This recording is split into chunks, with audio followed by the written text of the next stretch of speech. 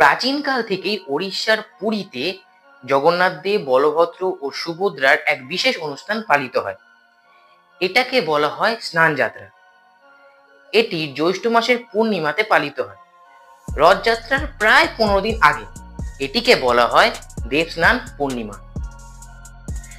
পুরাণ মতে এই দিন হচ্ছে জগন্নাথ দেবের জন্মতিথি, তাই এই দিন ওনাদের রাজাধিরাজের মতো স্নান মণ্ডপে আনা হয় এবং 108টি পাত্রে বিভিন্ন তীর্থের পবিত্র জলে ওদের মহাস্নান করানো হয় এবং এই জল আনা হয় স্বর্ণকূপ নামক এক কুয়ো থেকে।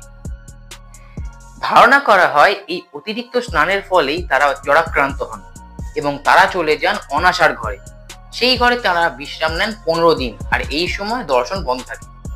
এই অনাসার কালে শিল্পীরা গোপনে নবজীবন দিয়ে দেবতাদের গড়ে তোলে, একে বলে নবযৌবন। এরপর নবযৌবন রূপে তারা বের হন রথে চড়ে, যাত্রা করেন মাসির বাড়ি অর্থাৎ গুন্ডিচা মন্দির। এই রথযাত্রায় আপনারা আসছেন নাকি পুরীর মন্দিরে?